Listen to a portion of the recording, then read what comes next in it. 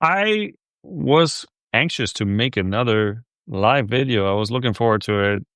And also, guys, I'm actually planning to have regular AI Zoom meetings with my premium members. So if that's something that you're interested in, it's going to be more of like an in-depth solving problems. I'm thinking hot seats for some of the problems that you might encounter, so I can help you a little bit better on that specific problem that you're at, and we as a community can do that as well.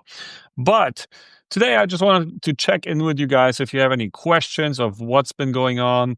I know we've all seen the news about ChatGPT 5. To be honest with you, I didn't talk about it. I didn't make a note about it, about the features. I think it's kind of redundant, and a lot of people already do that. And most importantly, I'm not really the guy to come to when it comes to, oh, look at this tool, look at that tool. Okay. For me, it's more mindset. It's more about becoming an expert or not an expert, but becoming comfortable with the ongoing change. Okay. Cultivating a mindset that helps you with all these changes that are happening in business, in your career, with all these tools that come along. And yeah, just always here for you on that part. Elizabeth, I'm glad you like what I do, and I appreciate you being here. Thank you. So, with that being said, one of the things that I talked about this week, maybe you've seen it. It's basically, how your Excel skill set kind of became worthless, but not really, but kind of, yeah. Now, what do I mean by that? AI right now is still a problem, has problems with accuracy. It's still not at a human level, but it's getting better. So it's just a matter of time until we get to a point where there's really nothing more for you to do when it comes to filling out Excel spreadsheets. And that's okay if you think about it, because why wouldn't you want to evolve? Why wouldn't you want to do something that's new, something that's a little bit more exciting, maybe something that has more impact? So with that being said, and this is more like a topic that can be applied to many areas, there hmm, imagine you're an Excel expert, right? And how you transition to a strategic director. Okay. So basically, you're not responsible for punching in the numbers anymore, but you're now responsible for directing of what numbers to put in, or what direction you want to go, what the outcomes are that you want, and specify that and make it better. And there are three key areas that are applicable around across the board. And I mentioned this in the article too. I got it open here. So in case you wonder why I'm looking to the side. Um, and those three areas, they're very important when it comes to surviving in this new age where I don't want you to have your job be the purpose of your life. Okay. You need to be flexible. And these three traits that will help you uh, in this case for Excel experts, to thrive and get to the director's chair, as I call it. So, first of all, you need to abandon your identity. Okay. Your job is not your identity. Just remember that. I know most people identify, especially in America. It's kind of like the thing when I was growing up in Germany, right? And then I came to the States, and the first thing that people ask, maybe the second thing after, hey, how are you doing? What do you do? Right. So this what do you do part really becomes somebody's identity. And which is funny because in America, compared to other countries, it's relatively easy to change what you do. But once you do what you do, you kind of identify with it, right? So you need to abandon that, okay? Or at least you can say you're stepping a ladder up or rung on the ladder. Um, then you really need to have the mindset shift of this growth mindset, okay? Rather than being proud of what you know, I want you to be proud of learning, okay? Proud of not knowing something specific at your level and being able to learn it and add it to your repertoire, okay? And then finally, the big three ones are the new skills that you actually need to acquire. So for me, this is across the board critical thinking, um, very important, cross domain integration. So let's say you're an you are a in this case an Excel expert, and then you see a pattern that you can apply to biology somehow. I don't know what I'm talking about in this case, but that's an example of domain cross integration. Think of Steve Jobs when he was learning calligraphy, and then he applied that to the computer world, and that's how Mac was created, right? So that was a big one here. Um, yeah, so let me know what you think on that article. It got a little bit of traction. Overall, Substack is a little bit in a summer slump, but I'm happy. Our subscribers are growing here, and we're healthy, and we just keep trucking away, right? But again, this is an AMA, so write your questions if you have anything. I don't need to keep talking the whole time. And once I run out of content here, I have a freezer being delivered today. So either that's going to happen first, or I'm just going to run out of things to talk about. So ask your questions if you have some. Um, One thing that I wrote today, which actually I was really excited about publishing this article, is stemming from a conversation I had with a friend, and that friend is an expert in mergers and acquisitions. And what he does is he basically helps business owners sell their business, or he helps people who want to buy a business to purchase a business, right? And he's been doing this for 30 years. And obviously, when I was talking to him on Wednesday, I asked him, "Hey, Eric, to what degree do you see companies applying AI into their operations, automating things before they're selling it? And what would you say is the highest value that AI can give you during this transaction or before in order to increase the value of your business?" And he basically answered with one word, and that's what this whole article is about. That's the word is transferability. Okay. So imagine this: when you have a business that makes about 10 million bucks a year, uh, oftentimes the and it goes up to much more than that, by the way. But oftentimes, the business owner or the CEO is so important to that business that as soon as he or she leaves that business, it drops in value, right? So, why is that? You need to think of all these things where you have the touch points as a business owner, or maybe a client of yours has those touch points, and then try to use AI in order to automate him away from it. Okay. So, now, th- this doesn't go great across the board, but there's AI that can do a lot that most people don't do. And there are studies that I linked in the article, so you can check it out. Let me know what you think. I think actually it's very valuable. I also have like I think like a 30-page PDF that's attached to it. But even without the PDF, that one is for premium members. But even without that, I think it's super valuable to know, because across, even if you're not selling, this is generally good business practice. Because what is a business? A business is an entity that can create profit or revenue even without you being there as the owner. Otherwise, it's just a glorified job, right? It's not an asset if you can't remove yourself from it. Yeah, so that was another one. Talked a little bit about the U.S. government and how it wastes billions on the wrong AI priorities. That was kind of interesting. I became a U.S. citizen this week on Monday, I think, and then last week I was in Washington D.C.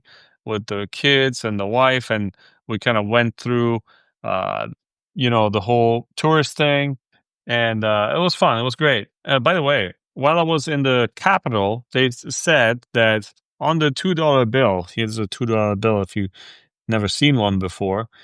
You know that big round thing on top of the Capitol, not the White House, but the Capitol where Congress resides, or makes their thing, their laws or whatever. I should know better. Um, that's where the Declaration of Independence painting is, and that one is also here on the $2 bill, where you can see this is technically not the signing of the Declaration of Independence. This is just the drafting, I guess. So that image is from that. So a little bit of knowledge here on the side. And those $2 bills. If you're in the States, go to your bank, get $2 bills. They're perfect for tipping, or if you want to play poker, it's really fun to have them. And every time when you give it to somebody, you can just say, "Hey, this is for good luck." And every time I give somebody a $2 bill, they're automatically smiling. They love it because they're so rare. But the banks still have them, so just ask for it. I have a whole stack of them. What else do we have here? Oh yeah, ChatGPT 5. So I didn't want to talk too much about it. Maybe after a while I'll think of maybe publishing something on it. But everybody else is already doing it. Everybody and their mother, to be honest with you, everywhere. ChatGPT 5, ChatGPT 5. And I do have to say that while it does look interesting, one thing that I noticed this morning is it's a little clunky when it comes to working inside of projects inside of ChatGPT. So they have this project folders, and it's not, you can't select the ChatGPT file. So I assume it's in there, but it kind of takes it out of the project once you start a chat. So that was a little bit disappointing. Also, it interprets my instructional prompts inside of a project a little bit different than the previous models, so I'll have to update them. What else? For a moment there, the image the image making process was broken. That was a couple of days ago in ChatGPT, but I think they fixed it now, so it's referencing my images again now, and it kind of creates my branded type of images that you see throughout the newsletter. But yeah, overall, I mean, it's hard to say. After there's one thing that they say, and then the other thing that they'll do, then it actually will do in the beginning, and then 2 months down the line, 3 months down the line, these models tend to get quantized, and that means they are less energy hungry. And unfortunately, oftentimes that also leads to declining quality of outputs, whether it is in length or in other types of quality. So we'll see how that goes. I'm excited that they released it, but I'm actually much more excited about the release from, I believe it was Monday or Tuesday, the open source release of ChatGPT OSS.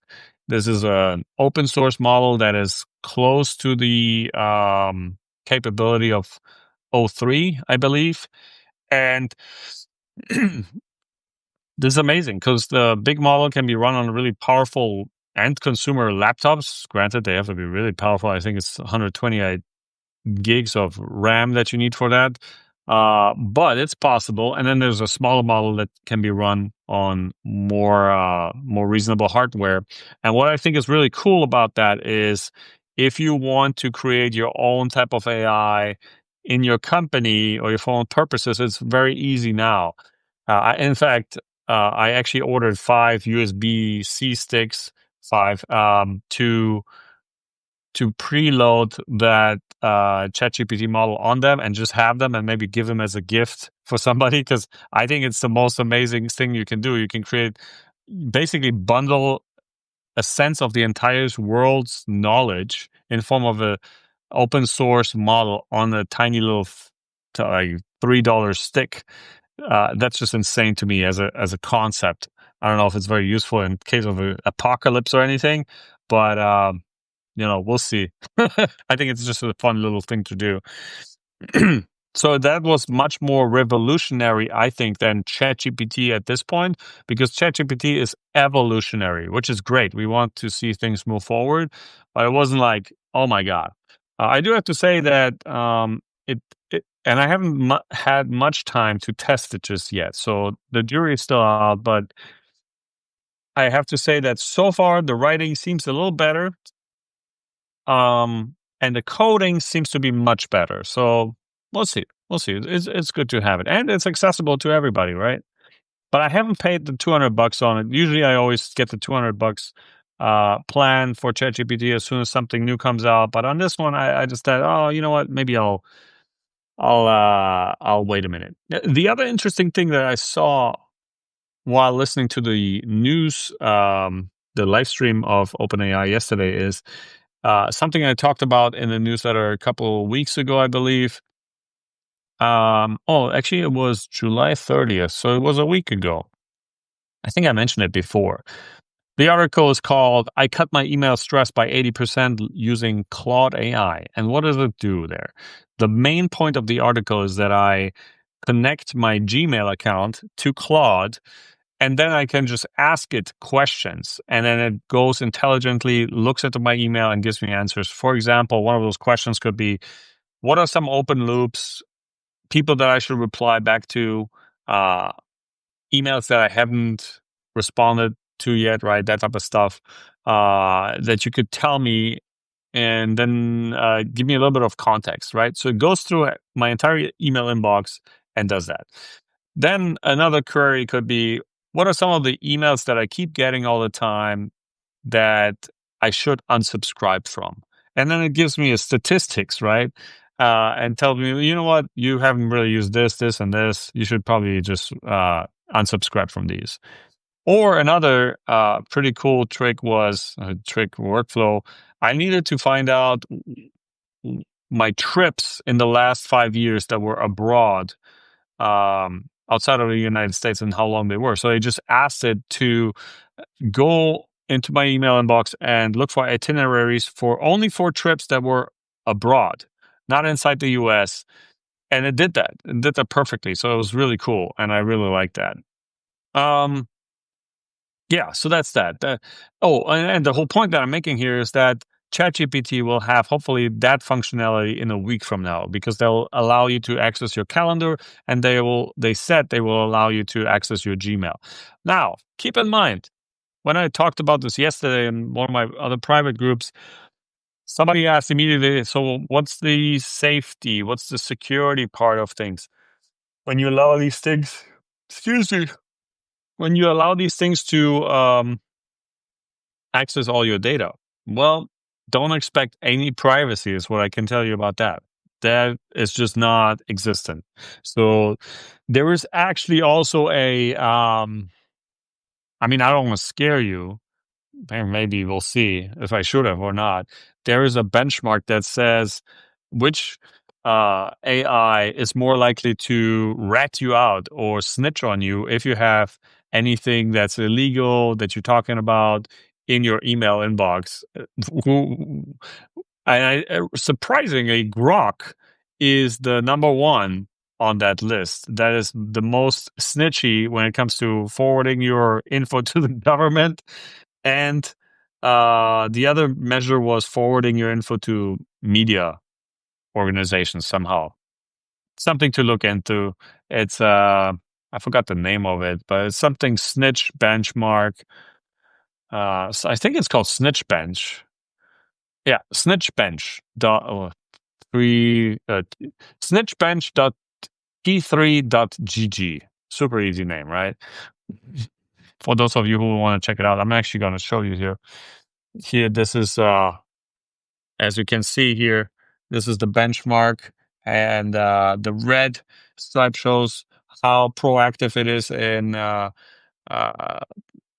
how different AI models behave when pressed with evidence of corporate wrongdoing, measuring their likelihood to snitch to authorities. Okay, so the red ones are government snitching, and the yellow ones or orange ones here is media snitching.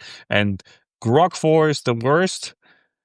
Then Claude for Opus second, Claude for Sonnet third. So that's the problem what I have, because I usually use C4 Sonnet, but I don't have a problem because I don't do anything wrong, I would guess, and so for forward and all that. So surprisingly, Horizon. I thought I saw another one here, like Quen. The Chinese ones, obviously, they don't do anything in this case. So I don't see it today here. So don't quote me on that.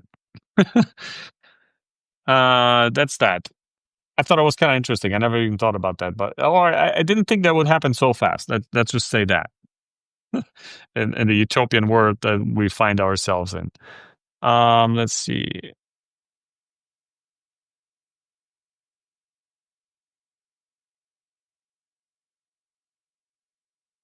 Best practices to use AI to build Google Sheets. I haven't played around with that yet, but I guess it depends on what you're trying to build, because you could just ask at the very most top level, and this is a question from Elizabeth.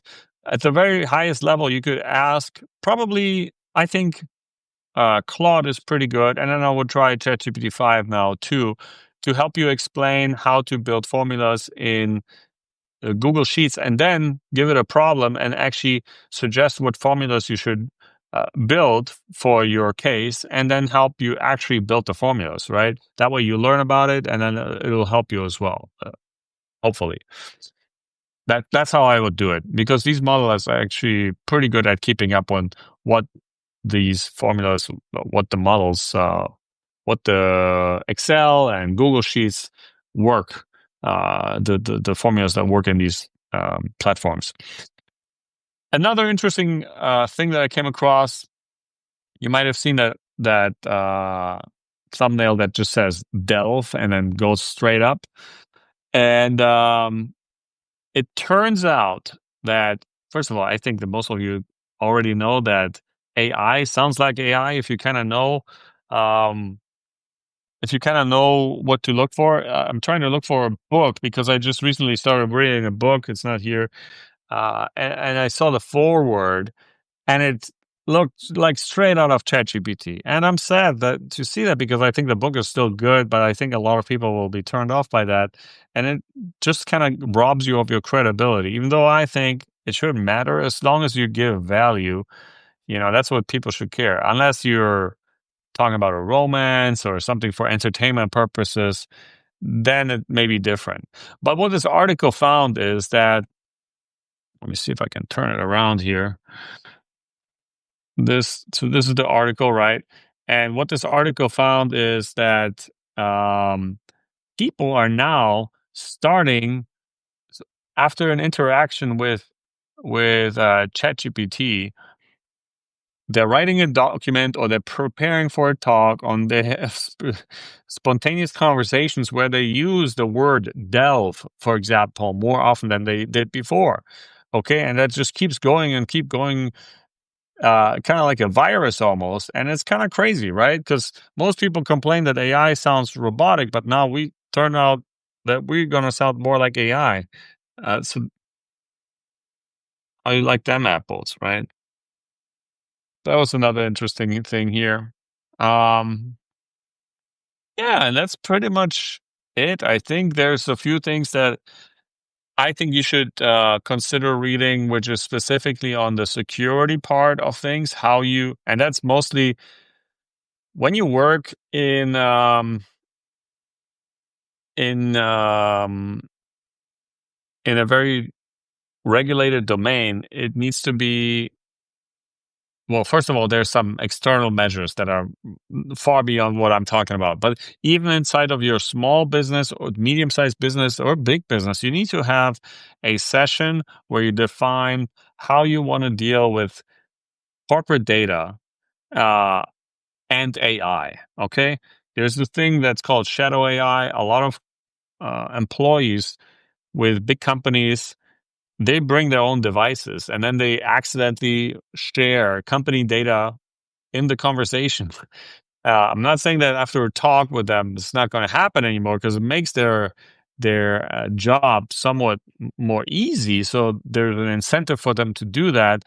However, I do think that you need to, at least as a company, try to uh, be mindful of it. Okay, I ran this what do you call it, poll here. You can check that out. I was basically asking, what's your biggest AI security concern at work? Okay. And the number one by far is data accidentally being shared in prompts. Okay. So how do you prevent that? And there, if you skim through the article, there's this graphic that you can look at. Okay. And you should have three categories, in my opinion. Okay. And this is never AI, restricted for AI, and then AI safe type of data. Okay. And you can kind of see here. So, for example, public filings would be in the AI safe data category. Financial projections, there should be a little bit of restriction, maybe blanking out certain things, not sharing personally identifiable information, all that type of jazz. And then trade secrets obviously should never be used by AI. Whatever this is, you need to kind of at least think about that as an organization. Okay, do me a favor and do that. All right. So read that article for this, and please, whoa, help me. I need to come up with a better solution here. Help me with some comments and feedback on these type of topics as well.